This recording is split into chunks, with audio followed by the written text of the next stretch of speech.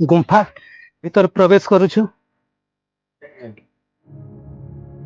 वर्तमान यही रास्ता देकी हमको भीतर को जावाई पड़ो। यही गुंफा देकी आम महादेव पर्यंत पहुँचवा। यही संकीर्ण रास्ता देकी हमको भीतर को जावाई पड़ुछि। आम से सीढ़ी माध्यम महादेव को दर्शन करने जावा, जोटा कि विचित्र गुंफा अच्छी आउ पवन बहुत आमको आहरी भयभीत लगुच। जो साई साई पवन रे पूरा भय लगे। जड़े लोक साथी धरी आसबू और पुनर्बार भगवान को दर्शन करू।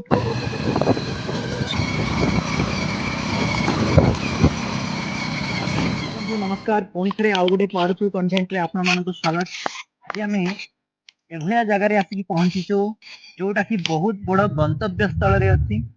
आसवाई बहुत माने प्रोब्लेम भी है। आपण मैंने देखते वीडियो रे परिस्थिति आम आसलु जोटा कि रास्ता नहीं, तो रास्ता नथिले से पटे देकी आमर बाइक आसी। तो आज आम पहुंचीचु मथुरा पहाड़। देखो मोर बैक साइड गोटे नायकर आईटी समय फलक लगी जोटा कि जो मथुरा पहाड़ माने उन्नति तो आसतु ए वीडियो कंटिन्यू था। आज आम ए वीडियो एक्सप्लोर करूँ मथुरा पहाड़ कौन आ ग्राम पंचायत अच्छी, जोटा कि बहुत गंतव्य स्थल अच्छी। आसतु फ्रेंड्स जीवा और समय विलंब करवा नहीं। देखो फ्रेंड्स, ये हूँ मथुरा पहाड़ जावाक रास्ता, जोटा कि माननीय नवीन पट्टनायक समय जहाँ भी डेवलपमेंट कार्य होती। देखो ये हूँ गेट, आउ ए गेट माध्यम आम मथुरा पहाड़ को जावा। तो एठारे भय मध्य लगुच। देखिए चारिआडे घंच जंगल अच्छी, आउ जड़े एठारे देखा जाऊ नाहंती। केवल बल्लभ भाई सहित मुही अच्छु। आउ रास्ता तो आपण मैंने देखिले यही बाइक माध्यम आम आज आसचु। जेहेतु आज सोमवार हेले गेट बंद अच्छी, तेणु आम अनुमान करुछु एठारे किए नाहंती, तेणु आमको अन्य रास्तार जावाई पड़ुछि। तो चारिआडे देखिपे पहाड़ पर्वत, देखु बड़ बड़ पत्थर सब रही। आउ निश्चय भाव ये पत्थर माने कौन से हिंस्र जंतु थिबार मध्य संभावना अच्छी। बहुत भय लगिलानी। देखंतु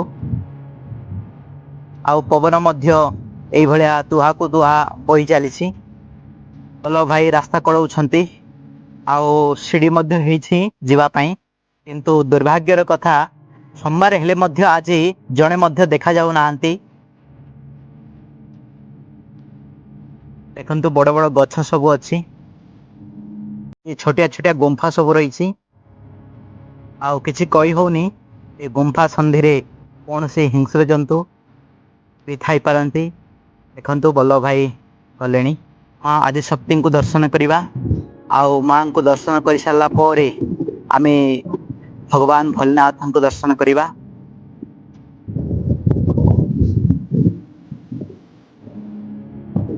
तो फ्रेंड्स, ये हूँ मां पीठ। आउ मां को दर्शन कर सारा पर आम से सीढ़ी माध्यम महादेव को दर्शन करने जावा, जोटा कि विचित्र गुंफा अच्छी। आउ से गुंफा भितर महादेव स्वयं आविर्भाव अच्छी। किंतु बहुत भय लगुच फ्रेंड्स। एक रे ए पवन पवन तुहा को तुहा बही चलसी। आउ पवन बहुत आमको आहरी भयभीत लगुच।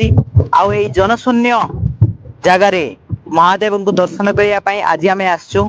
सोमवार हेले मध्य आज जणे भी नाहंती, तो सीटा भय लगुच। आपण मैंने वीडियो कंटिन्यू थांतु, देखंतु आगो को कौन होउछि। जो साई साई पवन रे पूरा भय लगे। आम जाऊँ जड़े लोक साथी धरी आसबू और पुनर्बार भगवान को दर्शन करू। फ्रेंड्स कंटिन्यू रही था। आम भावुँ पाख गाँ को जीवु एवं गाँ को नहीं आसबू। हमको सब डिटेल्स देखेबे। तेणु एठू 2 किलोमीटर हम गाँ को जीवाई। गाँ को गला आम क्या नहीं कि आसबू। तो से पर्यंत आपण मैंने वीडियो कंटिन्यू था। तो फ्रेंड्स बर्तमान आम हेलमेट पिंधि सारू। आउ बल्लभ भाई बाइक स्टार्ट करेंगे एवं आम पाख गाँ को जाकि जड़े भद्र व्यक्ति को ये नहीं आसवा, आउ जे कि आमको साहाଯ୍य करेंगे गुंफा पर्यंत पहुँचवाई। ଏଇ ରାସ୍ତା ଦେଇକି ଆମକୁ ଆସିବା ପାଇଁ ପଡିଲା, କାହିଁକି ନା ଏଇ ଗୁମ୍ଫା ପର୍ଯ୍ୟନ୍ତ ପହଞ୍ଚିବା ପାଇଁ ରାସ୍ତା ମଧ୍ୟ ନାହିଁ। ଫ୍ରେଣ୍ଡସ୍, ବର୍ତ୍ତମାନ ଆମେ ଗୋଟେ ଗାଁରେ ପହଞ୍ଚିଛୁ, ପାଖ ଗାଁ, ସେଇଠୁ 2 କିଲୋମିଟର ହବ। ଆଉ ଏଇ ଗାଁରେ ପହଞ୍ଚିକି ଆମେ ଜଣକୁ ରିକ୍ୱେଷ୍ଟ କରୁଛୁ, ସେ ଭାଇଙ୍କୁ, ଯେ ଆମ ସହିତ ସେ ଯିବେ ଆଉ ସେ ଗୁମ୍ଫା ପର୍ଯ୍ୟନ୍ତ ଯିବେ ଆଉ ମହାଦେବଙ୍କୁ ଦର୍ଶନ କରେଇବେ। ଦେଖେଇବେ। ତ ଭାଇ ଜଣକ ଆମକୁ ବସିବା ପାଇଁ ଦେଖନ୍ତୁ ଗୋଟେ ଖଟ ଦେଲେ, ତା ସହିତ ପାଣି ମଧ୍ୟ ପିଇବା ପାଇଁ ଦେଇଛନ୍ତି। ଆଉ ଭାଇଙ୍କର ବି କାମ ଚାଲିଛି, ଆଉ କାମ ଚାଲିଥିଲେ ବି ସେ ଆଉ ଜଣକୁ ଡାକିବା ପାଇଁ ଯାଇଛନ୍ତି, ରାଜି ଅଛନ୍ତି ଆମ ସହିତ ଯିବା ପାଇଁ। ଆଉ ସେ ଗୁମ୍ଫା ପର୍ଯ୍ୟନ୍ତ ଆମେ ଯିବୁ। ଭିଡିଓରେ ଆପଣ ମାନେ କଣ୍ଟିନ୍ୟୁ ଥାନ୍ତୁ। ତ ଫ୍ରେଣ୍ଡସ୍, ବର୍ତ୍ତମାନ ଆମେ 3 ଜଣ ଭାଇଙ୍କୁ ଧରିକି ଯାଉଛୁ ସେଇ ମଥୁରା ପାହାଡକୁ।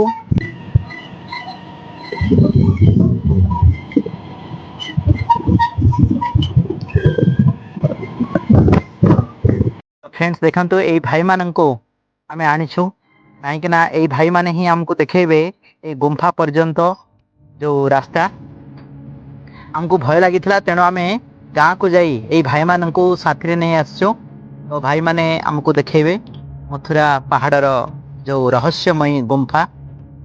ଫ୍ରେଣ୍ଡସ୍, ବର୍ତ୍ତମାନ ଆମେ ଆଗକୁ ଯାଉଛୁ।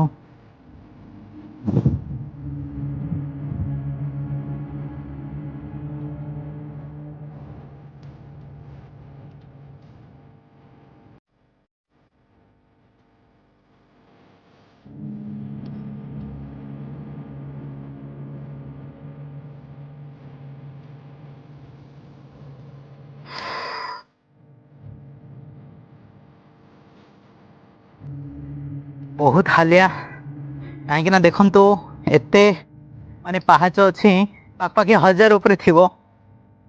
ତେଣୁ ବହୁତ ହାଲିଆ ବି ଲାଗୁଛି। ଆଉ ଖରାକୁ ଖରା ହଉଛି, 11:30 ହେଲାଣି। ଆଉ ଦେଖନ୍ତୁ ଏଇ ବିରାଟ ଯୋଉ ପାହାଡ ଅଛି, ବିରାଟ ପାହାଡର ଭିତରେ ହିଁ ସେଇ ଗୁମ୍ଫାଟି ଅଛି ଏବଂ ସେଇ ଗୁମ୍ଫା ଭିତରେ ମହାଦେବ ଆବିର୍ଭାବ ହେଇଛନ୍ତି। ଦେଖନ୍ତୁ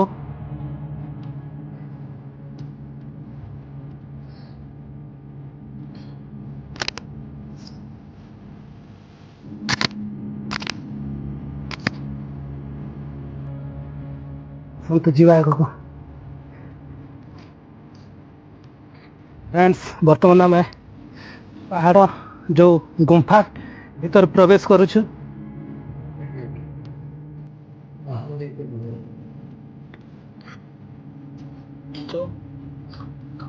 ଦେଖନ୍ତୁ ଫ୍ରେଣ୍ଡସ୍, ଏଇ ଯୋଉ ସଂକୀର୍ଣ୍ଣ ପଥର ସନ୍ଧି ଅଛି, ଏଇ ସ୍ଥାନରେ ଭଗବାନଙ୍କର ସ୍ଥାନ ଅଛି। ଆମେ ସେପଟୁ ବୁଲିକରି ଆସିବା ସେ ସ୍ଥାନରେ। ଦେଖନ୍ତୁ ଏଠି ସଂକୀର୍ଣ୍ଣ ଗୁମ୍ଫାର ପଥ, ଏଠି ଯୋଉ ଚଢ଼େଇ ମାନେ ମଧ୍ୟ ଅଛି।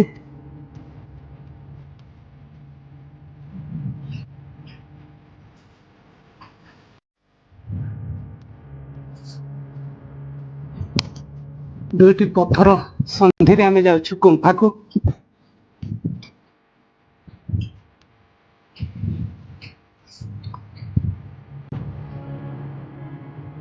ଫ୍ରେଣ୍ଡସ୍, ଦେଖିଲେ ଏଇ ଯୋଉ ବିରାଟ ପାହାଡ ଅଛି, ବିରାଟ ପାହାଡର 2ଟା ପଥର ଅଛି, ପଥର ସନ୍ଧିରେ ସଂକୀର୍ଣ୍ଣ ରାସ୍ତା ଅଛି। ଆଉ ଏଇ ରାସ୍ତା ଦେଇକି ଆମକୁ ମହାଦେବଙ୍କ ନିକଟରେ ପହଞ୍ଚିବା ପାଇଁ ପଡିବ। ତ ଚାଲନ୍ତୁ, ଭିଡିଓରେ କଣ୍ଟିନ୍ୟୁ ଥାନ୍ତୁ।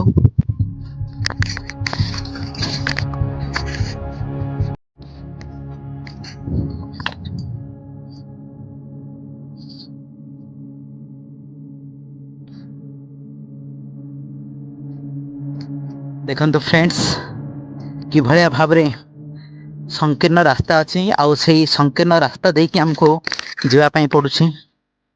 ତ ଆପଣମାନେ ନୂଆରେ ଥିଲେ ନିଶ୍ଚୟ ଭାବରେ ଏଇ ଜାଗା ନିଶ୍ଚୟ ଭାବରେ ଆସନ୍ତୁ, ଉପଭୋଗ କରନ୍ତୁ। କିନ୍ତୁ ସାଙ୍ଗରେ ନିହାତି କାହାକୁ ନା କାହାକୁ ଆଣିବେ, କାହିଁକି ନା ଆମ ସାଥିରେ ଯୋଉ 3 ଜଣ ଭାଇ ଅଛନ୍ତି, ସେମାନେ ହିଁ ଆମକୁ ରାସ୍ତା ଦେଖାଉଛନ୍ତି, ନହେଲେ ଆମେ ତ ଫେରି ଯାଇଥାନ୍ତୁ। ବର୍ତ୍ତମାନ ଏଇ ରାସ୍ତା ଦେଇକି ଆମକୁ ଭିତରକୁ ଯିବା ପାଇଁ ପଡିବ। ଦେଖନ୍ତୁ ବହୁତ ସଂକୀର୍ଣ୍ଣ ରାସ୍ତା ଅଛି, ଆଉ ଏଇ ଗୁମ୍ଫା ଦେଇକି ଆମେ ମହାଦେବଙ୍କ ପର୍ଯ୍ୟନ୍ତ ପହଞ୍ଚିବା।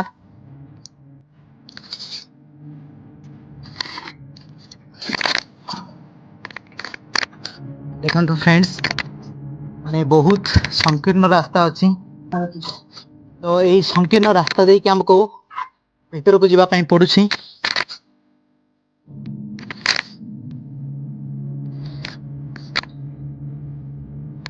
ବହୁତ ଅନ୍ଧାର ଅଛି ଫ୍ରେଣ୍ଡସ୍, ବହୁତ ଅନ୍ଧାର ଅଛି।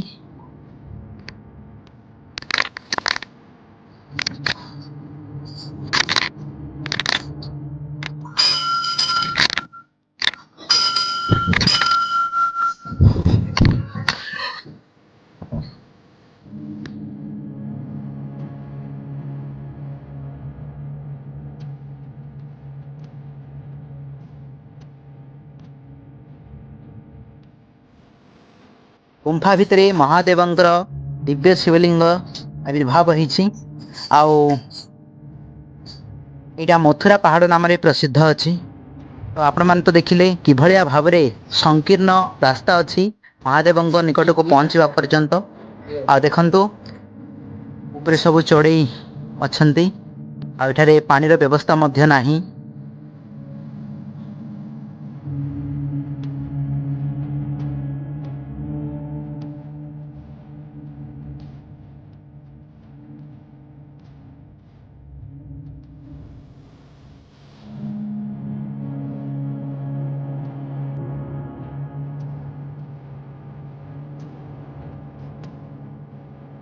ଦେଖନ୍ତୁ ଆଉ ଉପରେ ସବୁ ଚଢ଼େଇ ସବୁ ଅଛନ୍ତି, ବାଦୁଡ଼ି ସବୁ ଅଛନ୍ତି।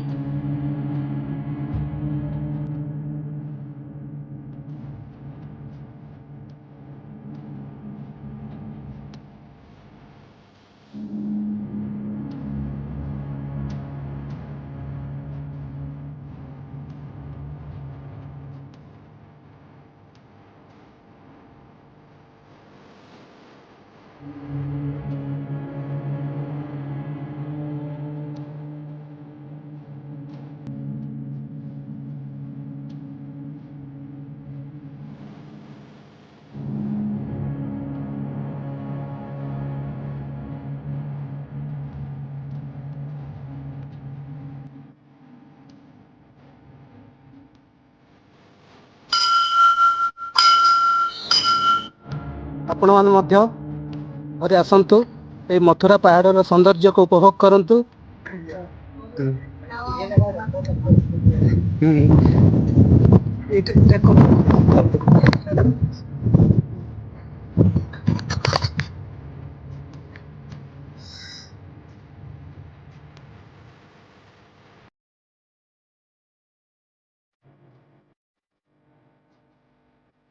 କେତେ ଭିତରେ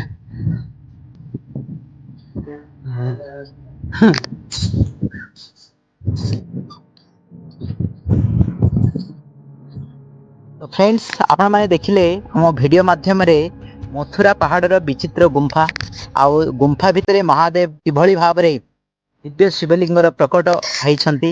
ତ ଆଜ୍ଞାଙ୍କୁ ଆମେ ପଚାରିବା ଯେ ଏଇ ଯୋଉ ଶିବଲିଙ୍ଗ କେବେ ଆବିର୍ଭାବ ହେଲା ଏବଂ ଲୋକଲୋଚନକୁ କେବେ ଆସିଲା? ତ ଆଜ୍ଞା ଏଇ ଯୋଉ ଶିବଲିଙ୍ଗ କେବେ ଜାଣିଲେ ଲୋକମାନେ? ଏଟା ହେଲା ଗୋଟେ 40-50 ବର୍ଷ। ତ ଆପଣ ବି ସାନ ଥିବେ? ଆମେ ହଁ। ତ ଆଜ୍ଞା ଯେତେବେଳେ ସାନ ଥିଲେ ସେଇ ସମୟରେ ଏଇ ଦିବ୍ୟ ଶିବଲିଙ୍ଗର ଆବିର୍ଭାବ ହେଇଥିଲା। ଆଉ ଆଜ୍ଞାଙ୍କୁ ଆନୁମାନିକ କହୁଛନ୍ତି 40-50 ବର୍ଷ ହବ। ତ ଏଇଟା କେମିତି ଜାଣିଲେ ଗାଁ ଲୋକମାନେ? ଏଇଟା କେମିତି ପୂଜାରୀ ସ୍ୱପ୍ନା ଆସିକରି ଆମର ଏଇଟା ପାଣି ପୂଜାରୀ ଜାଣିଲା ଆସିକରି ଦେଖିଲା ନାଇଁ ସେ ସ୍ୱପ୍ନା ସୁରନି ଗୋଟେ ଏତିକ ମାଫ ଗୋଟେ ଗଲା ପୂଜା ପାଠ କରିଲା। ହଁ। ତ ଭାବନ୍ତୁ ଏବେ ଏତିକି ଜଙ୍ଗଲ ଅଛି, 50 ବର୍ଷ ପୂର୍ବେ କେତେ ଜଙ୍ଗଲ ଥିବ। ଆଉ ସେଇ ସମୟରେ ଏଠାରେ ମହାଦେବଙ୍କର ଦିବ୍ୟ ଶିବଲିଙ୍ଗ ଆବିର୍ଭାବ ହେଇଥିଲା। ଏବଂ ଯୋଉ ପାଖ ଗାଁ ଅଛି ସେଇ ପାଖ ଗାଁ ର ଜଣେ ବୟୋଜ୍ୟେଷ୍ଠ ବ୍ୟକ୍ତିଙ୍କୁ ହିଁ ସ୍ୱପ୍ନାଦେଶ ହେଇଥିଲା କି ଏଠାରେ ମହାଦେବ ଆବିର୍ଭାବ ହେଇଛନ୍ତି। ଏବଂ ଏବେଠୁ ଆଜି ପର୍ଯ୍ୟନ୍ତ ଏଠି ପୂଜା ପାଠ ଚାଲିଛି। ଆଉ 40-50 ବର୍ଷ ହେଲାଣି ସେ ପର୍ଯ୍ୟନ୍ତ ଏତେ ଡେଭଲପମେଣ୍ଟ ହେଇନି। ଯାହା ହଉ ସିଢି ଟିକେ ଅଛି ଏବଂ ଗେଟ୍ ଅଛି, କିନ୍ତୁ ତା ଭିତରେ ଆପଣ ମାନେ ତ ଦେଖିଲେ ନା ନଳକୂଅର ବ୍ୟବସ୍ଥା ଅଛି ନା ସେଠାରେ ସଫାସୁତୁରା ଅଛି। ତ ଆପଣ ମାନେ ଦେଖିଲେ ଏଇ ବିଚିତ୍ରମୟ ଗୁମ୍ଫା। ଫ୍ରେଣ୍ଡସ୍, ଆଜିର ବ୍ଲଗ ଆପଣମାନଙ୍କୁ କେମିତି ଲାଗିଲା? ନିଶ୍ଚିତ ଭାବରେ ଗୋଟିଏ କମେଣ୍ଟ କରିବା ସହିତ ଲାଇକ୍ କରନ୍ତୁ ଏବଂ ବହୁ ମାତ୍ରାରେ ସେୟାର କରନ୍ତୁ, ଯାହାକି ଏଇ ଯୋଉ କିରାପାନିର ମଥୁରା ପାହାଡ଼ ସମସ୍ତଙ୍କ ଲୋକଲୋଚନକୁ ଆସିବ। ଫ୍ରେଣ୍ଡସ୍, ଆଜିର ବ୍ଲଗ ଏଇଠି ସମାପ୍ତ କରୁଛୁ। ପୁଣି ଦେଖା ହେବା ପରବର୍ତ୍ତୀ ନୂଆ ଏକ ବ୍ଲଗରେ। ସେଇ ସମୟ ପର୍ଯ୍ୟନ୍ତ ରହୁଛୁ। ସମସ୍ତଙ୍କୁ ଜୟ ଶିବ ଶଙ୍କର।